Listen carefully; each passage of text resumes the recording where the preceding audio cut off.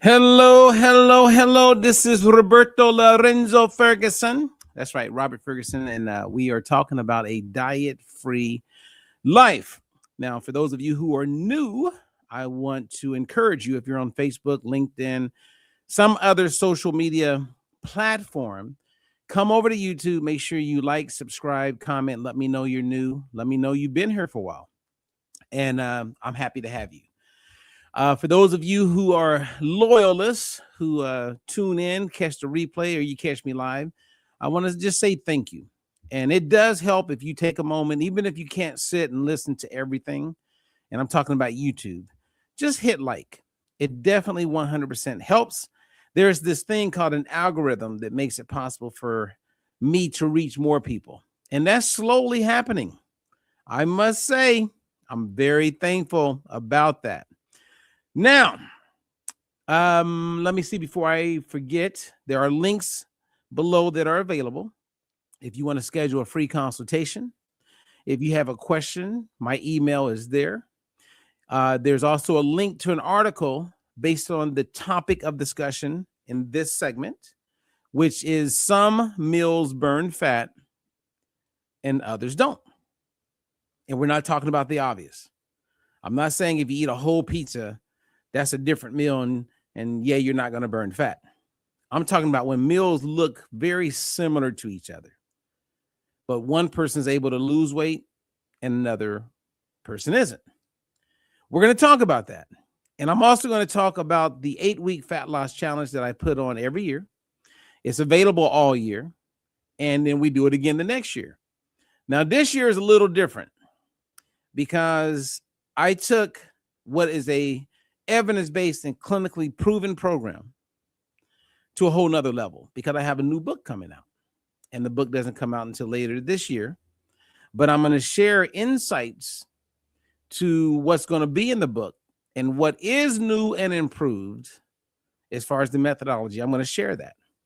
Now, if you're a nutritionist, if you're a dietitian, if you're a personal trainer, if you're a health coach, I'm telling you right now, and I'm saying this with love and grace, you are going to appreciate what I'm going to be sharing in the challenge and what you eventually will have access to in my book.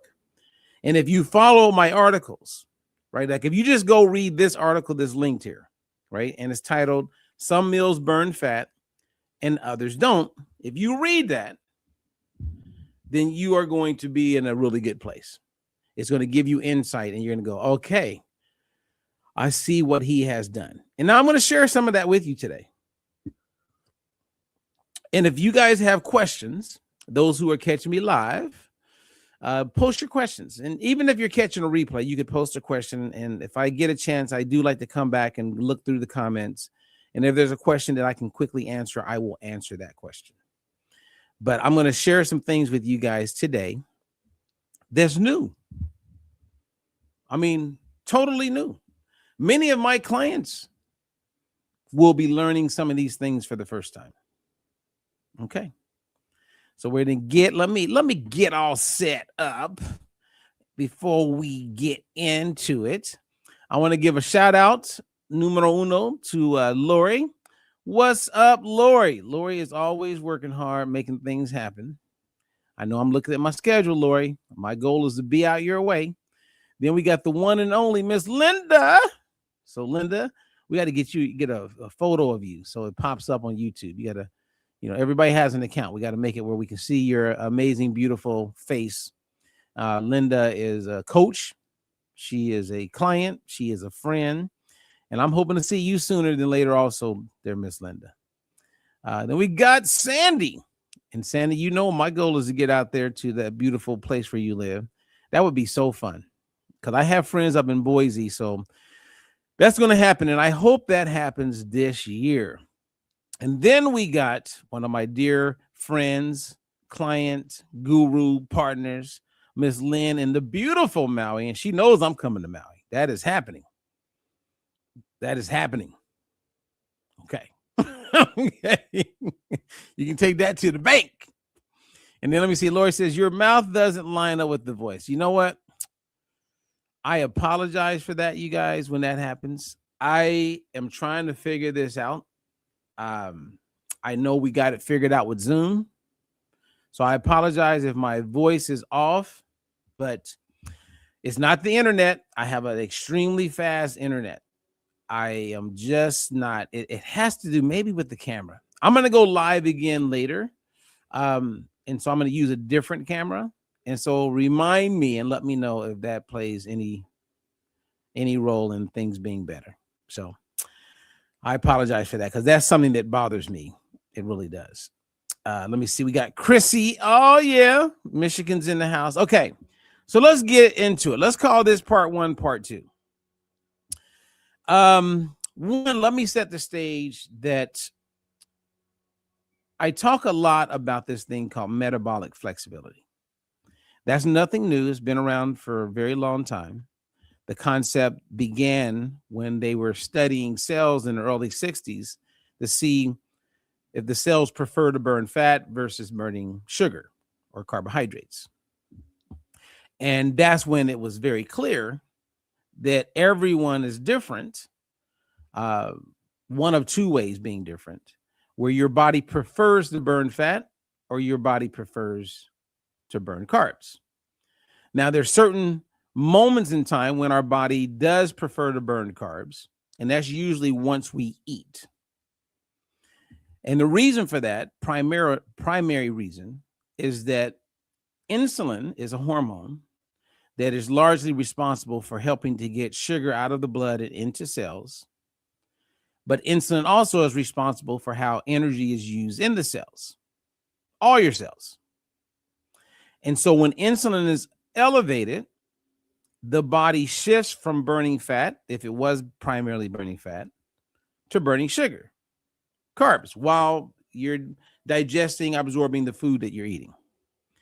And when someone has what they call very good metabolic flexibility, within 2-3 hours, the insulin has gone back down and they shift from burning carbs to primarily burning fat. Now, that would be ideal. But there's this thing called insulin resistance. And insulin resistance is when the cells are resistant to commands received by insulin. Now, there's workarounds when it comes to that, meaning we can still get the cells to respond and help get sugar out of the blood and into the cells through a different process, aka exercise. Now, not everybody likes to exercise, and sometimes people are just busy. They have a struggle making time to exercise. So then they're going to be reliant primarily on nutrition. So that being said, all fats that we consume are not equal. And so, like in my challenge, and what I'm teaching people is to combine foods in a way where you can maximize what's going to work best for your body. So I'll give you an example. If you take carbohydrates and you match the carbohydrate with, let's say, fat, then that can put you in a position where you're more likely to burn fat because insulin will be minimized, or it's going to put you in a position where you're more likely to burn carbs, which means fat storage is heightened. Now, when it comes to fat, the fat also creates an environment in your body to maximize the rise and fall of insulin, which is what you would want. So we're going to call that an environment. You want to have an environment that is conducive to keeping you in fat burning mode, meaning you're primarily burning fat. Some fats can help with that environment, meaning make it where it's anti-inflammatory. And some fats, and I forgot to say, combined with certain carbs, can make it inflammatory. So all of us would agree that we don't want our body in an environment that's inflammatory, meaning inflammation's elevated. We want to be in an anti-inflammatory state. So if everybody agrees with that, then it would help and be nice to know, like, well, how can I keep my body in a anti-inflammatory state so that the hormone insulin does what it does, because we need it, but then it returns to where we need it to be so that you can primarily burn fat. Then you got to bring in the fact that some people have insulin resistance. And according to Tufts University, 93% of adults have it. So this kind of goes with what I was recently sharing when I was talking about Oprah. She doesn't know what she doesn't know. So when you don't know what many of you are about to experience with the 8-week fat loss challenge, then she has to rely on a drug that numbs her desire to eat, because she also doesn't know that when insulin is elevated, and this is all scientifically proven, this is biology and physiology. When insulin is elevated, we know that you have more cravings. You will crave more. The voice is louder. So is the voice louder because you lack willpower? No. The voice is louder because hormonally you're off and out of balance. So if you can eat in a way where the hormone insulin is suppressed, then the voice is not as loud. Now, I don't want to confuse anybody, but I'm staying on the layer of it because I want everybody to understand the opportunity that we have in front of us. And the reason why, one of the reasons why it's more challenging, or like, it's like, golly, I got to learn this now, man, is because the world is different. The food is different. Animals are fed differently, and we eat the animals.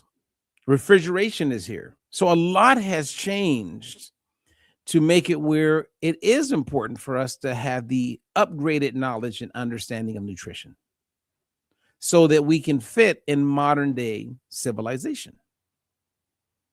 So those who are informed have the better chance of being successful. Okay. So I'm going to pause there and see if there's any questions, because if there are, I'll answer it. And for those, let's say you don't have weight to lose, and you're like, well, Robert, sounds interesting, but I'm good. I don't have any weight to lose. Okay. Would our challenge and what I'm doing benefit you? The answer is yes. Because who wants to be the person who's uninformed? Who wants to be the person who doesn't know, and then you want to know once you have problems, once the weight comes back? If I was on a GLP-1 drug, for instance, I wouldn't be waiting on the next supplement. I would be wanting to inform myself. I would want to become more knowledgeable so that when you decide to transition off the GLP drug, you can do it in a pristine fashion. That makes sense to me. Like, why wait? But I get it. We live in a world where most people, that's just the way it is. We're accustomed, not all of us, but we're accustomed to wait until there's a problem before we start thinking about a solution. RFK once said, or JFK, sorry, John Kennedy, president who was assassinated. He once said, the time to fix the roof is when the sun is shining. Well, don't wait until it's raining. Don't wait until you have a problem before you decide to fix the roof. Get on it now and invite a friend. Okay, so let me see where we are. Do we have any questions about anything that I've shared as of right now? And I'm going to give you a couple of examples to help you guys out. And then, like I said, I'll be coming back. Okay, let me see here. Okay, let's see. So an example, when I teach people how to make a fat burning meal is now and becoming more specific to what your metabolic flexibility is. Now, the basics of a fat burning meal could be choose a protein source: chicken, fish, turkey. And whatever that protein source is, I would ask the person, does it have a lot of fat in it, a little fat, no fat? Now, basic example would be chicken breast. Chicken breast is very lean. It's primarily protein, very little fat. So that would just be a lean protein source. A fatty protein source could be a typical steak. A steak could be anywhere from 40 to 65% fat. Even though we look at it as a protein, it's primarily fat. Then you have salmon. That's a protein source. It's not lean, it's fatty because it's very rich in a very healthy fat that we benefit from. Then we have, let's stop there. So you have chicken breasts. We can call that a lean protein. We have chicken thigh or steak. We can call that a fatty protein. And then we have salmon. Are they all the same? For the most part, they're the same by themselves, but it changes based on what we eat with it. Oh man, this is good. And you know this is an impromptu, meaning I know the topic. I didn't even go into the article. I'm just telling you, print the article out, sit down with a cup of coffee, some tea, and just take your time. Read a paragraph. If you're losing focus and ADHD is kicking in, just pause and then come back to it. Gain the knowledge, like soak in it. Okay, so let's go back to what we're talking about. You have 3 protein sources that I'm sharing with you. And there's a nice take-home message here. Okay, you have chicken breasts, which we're going to call a lean protein source. And keep in mind, those of you who say, I don't eat chicken, I don't eat steak, I don't eat salmon. Okay, we have a way of doing this from a vegan standpoint also. Okay, but just stay with me in principle. So chicken breasts are lean protein. Steak are fatty protein. And there's leaner steaks. And then salmon, that's also a fatty protein. Now, the fat in salmon is different than the fat in a steak. The fat in a steak, when it's by itself, is good. But if we're going to eat that with, let's say, a fast carb, and for those of you who don't know what I mean by that, that's part of our methodology. And you learn that in the challenge, and you learn that working with one of our coaches, you learn that working with me. But a fast carb could be rice, potato, pasta. And you may be one of those people, I don't eat, stay with me on principle. So let's use a baked potato today, because I like baked potatoes. So the fat now plays a different role when consumed with the baked potato. So we look at the body's environment being inflammatory, which is what we don't want, inflammation. And we look at anti-inflammatory. When you eat the chicken breast with the baked potato, and even add a little bit of butter to that baked potato with the chicken breast, is that more likely to put your body in an environment or create an environment in your body that is inflammatory or anti-inflammatory? I'm talking about the chicken breast with the baked potato, a little bit of butter. Now, when you're in an inflammatory environment, right, when everything is taking place and the environment in your body is inflammatory, it's harder for insulin to come down. It's more likely to stay up, which means you can't burn fat, which is a total negative. So is the chicken breast more likely with the baked potato to have an environment in your body being inflammatory or anti-inflammatory? I'm gonna wait on the answer. Come on, I got enough of you guys catching me live. Now you'll understand and learn the science of why we're able to say this, because it's backed up by many, many, many studies, a lot of science. Okay, so Sandy says anti-inflammatory. That's chicken breast with a baked potato with some butter. And Sandy would be correct. So now we're going to change out the protein. If I have salmon, which is fatty, with that baked potato, same amount of butter, is that anti-inflammatory or inflammatory or inflammatory? Okay, Chrissy is saying anti-inflammatory. And I think you're saying that based on the salmon, right? So type in salmon, baked potato, inflammatory, or salmon, baked potato, inflammatory. Come on. Okay, she says yes. And she would be right. Because the salmon, the fat in the salmon is very rich in polyunsaturated fats, specifically omega-3.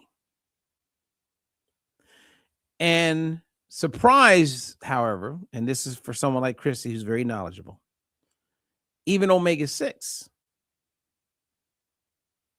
right, in its natural state would lean toward anti-inflammatory. So now if we switch it, steak has a good amount of saturated fats, palmitic fat, right? Various fats. If I have the steak, just fatty, with the potato, does that create an anti-inflammatory state environment or an inflammatory environment? Okay, Sandy got it right. Inflammatory with the steak. Now, to cut down on the inflammation with the steak, right, as far as the environment, you remove the baked potato and replace it with what we call slow carbs, cruciferous vegetables, Brussels sprouts, broccoli, black beans, right? Like vegetables that most people identify as a vegetable. Now we're in a neutral to anti-inflammatory environment. Isn't this good? This is good. I'm telling you. Good. Okay. This is some good stuff, man. And it's going to change the game. It's going to change the game in a huge way, because we have the methodology that is a system. And so in the challenge and through coaches, we're going to guide a person through how to eat. And in an 8-week period, yes, you're losing weight and you're learning, but you're learning so that you can still eat the foods that you love. You're just learning how to eat them in different combinations. So you're still getting the same enjoyment. It's like you got to put something in, right? You got to put a little skin in the game, right? It can't just be reckless eating. But what we could do is we could learn how to maneuver, right? So you could have the option of, if I really want French fries, right? And this is going back to the basic methodology.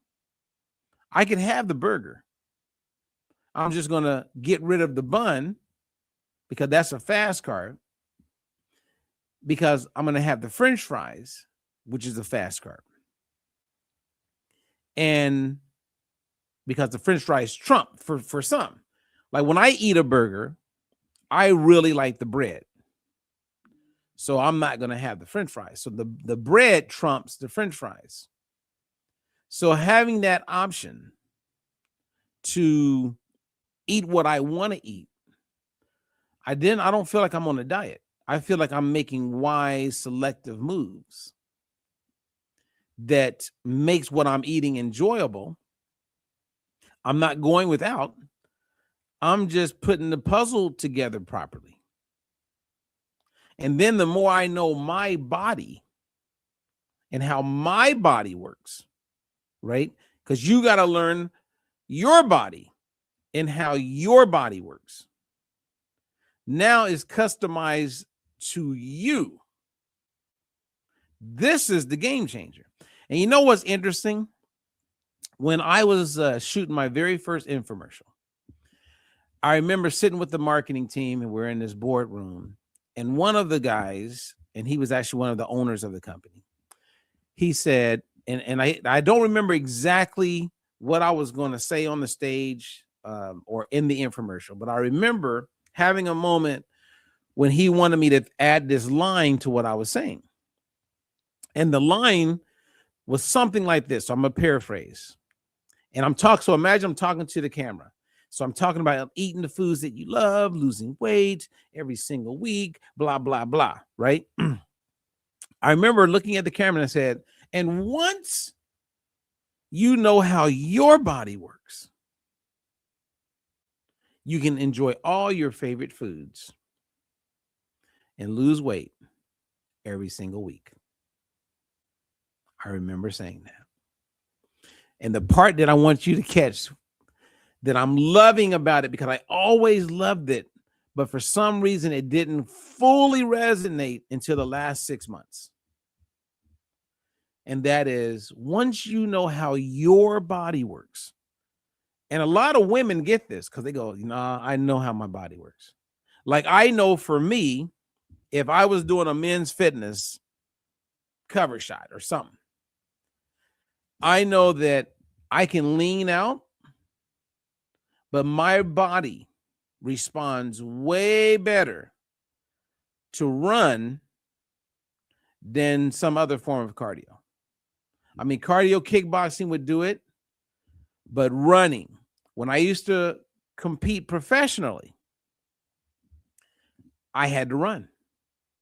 It just, you could look at getting on a bike, you could look at a step mill, you could look at getting on an elliptical, you could look at running on a treadmill, running outside. I know for a fact, for me, for my body, running does something that nothing else does. I discovered it by accident when I was 18, 19 years old. And that was a while ago. And my body is still the same. It responds still the same. And I can tell myself I don't want to run. I can complain about it. And, as long as my knees can hold up to it, then I'll do it. And I don't always like it. But when I do it, even though I don't like it, I get the results that I also say I want. So I like the results. I just don't always like part of the journey. But I like the results better. So I'm willing to do what is necessary to get what I want, even though I don't like it. Okay. Let me see here. What did Lynn say? She says, question, what fast carb goes well with steak without putting you into an inflammatory state?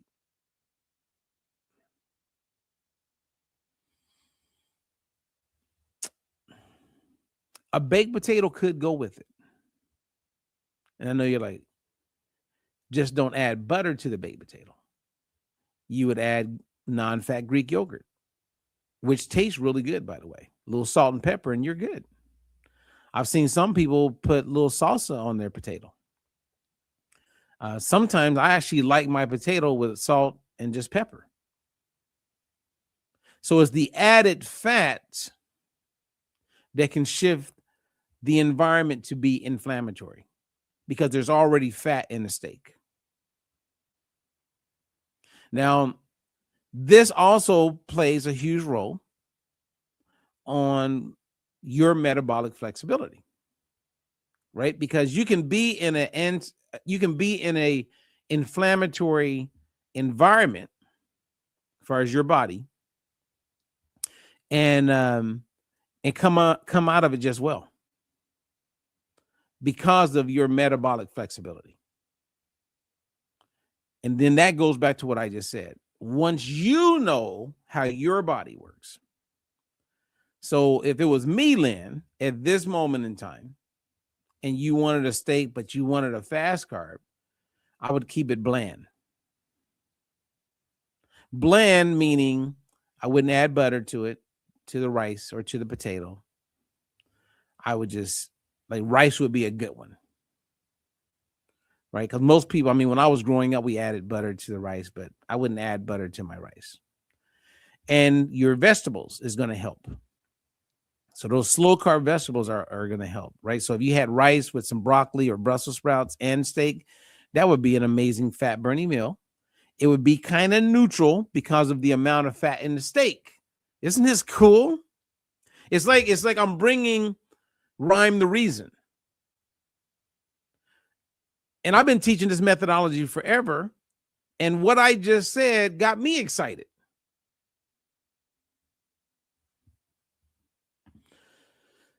I mean, it got me, wow. Okay, let me see. So somebody said French fries. Oh, that's Lynn. Fries, question mark. What do you mean by the fries? What are we doing with some French fries, Lynn? What are you talking about? What's going on over here? And let me see. Chrissy says, I would eat steak with avocado. Now, what Chrissy is sharing with you guys is that the fat in avocado is anti-inflammatory. It actually brings a calmness to the environment.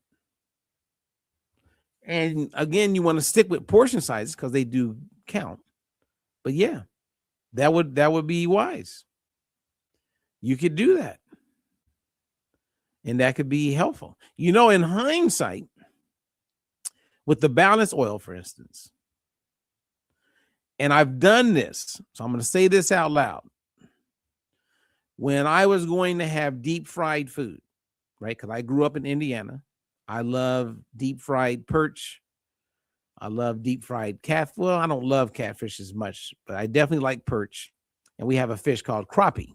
I love crappie.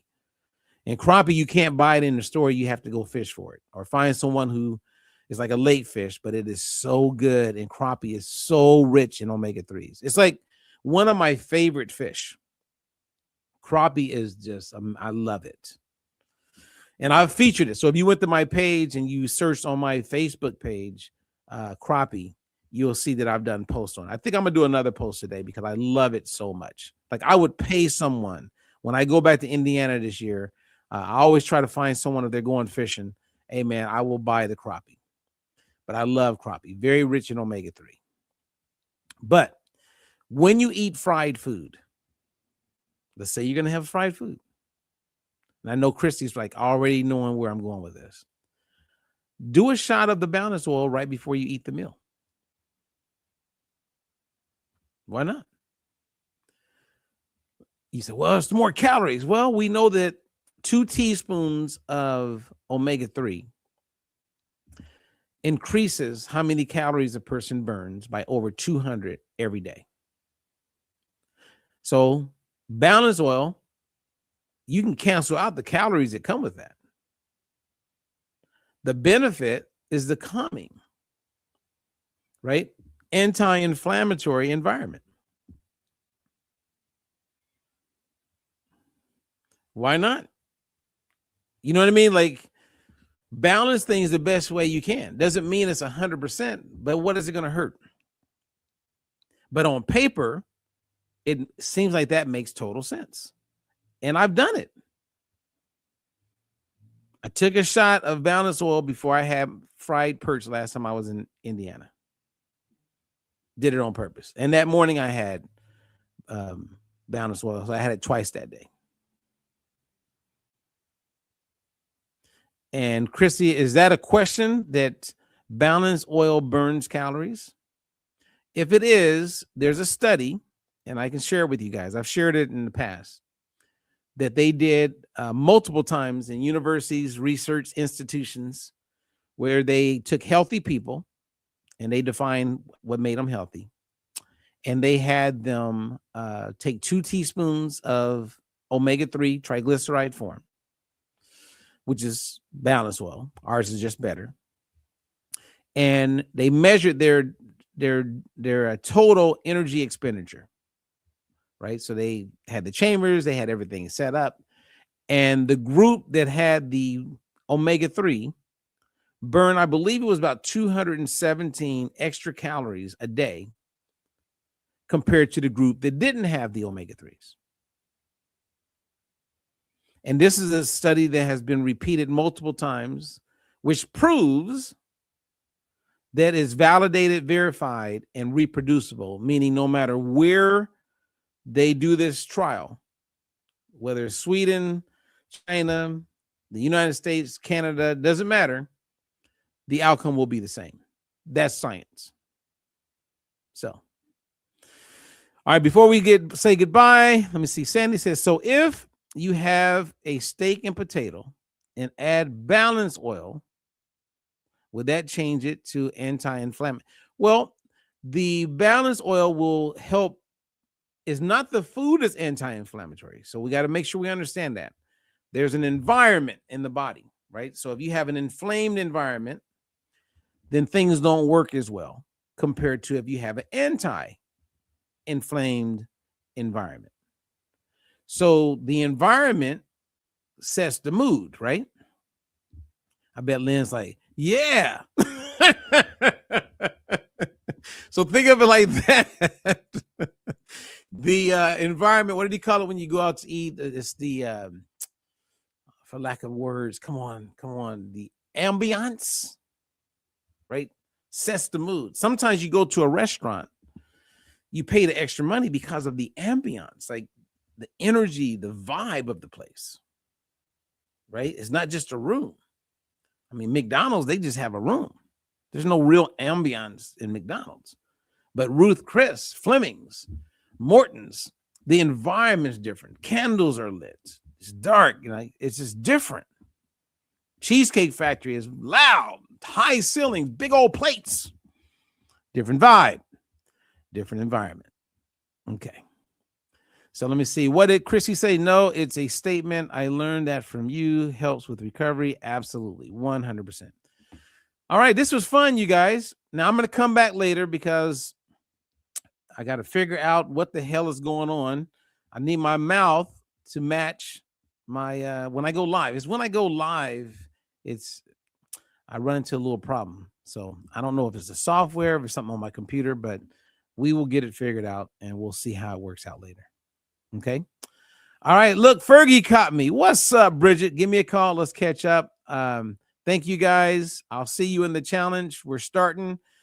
Doors open in a couple days. I'm very excited about it because I'm going to be teaching throughout it. We're even going to do some lives for the people in the challenge. It's going to be fun. It's going to be different in a way, and it's going to be an experience. And I'm going to write about this challenge in my book because it's not complete. I'm going to complete the book around July, and it'll be printed in November. So this challenge is going to contribute in a big way to what we learn. And I believe what we're going to learn is all positive. So that'll be added to the book. All right. Thank you, guys. Be good. Rock and roll. Peace out. Until the next one. In a world of times, there's a new way to see. No more counting calories, just living free. Robert Ferguson's got the plan you need. With diet-free life, it's the key. No more starving, getting rid of inflammation. Choosing healthy choices, providing you with sound information. Bringing balance to hormones and insulin through food. With DFL, teaching you food choices to see you through. DFL, we're teaching you to eat food right. Teaching you to pair food with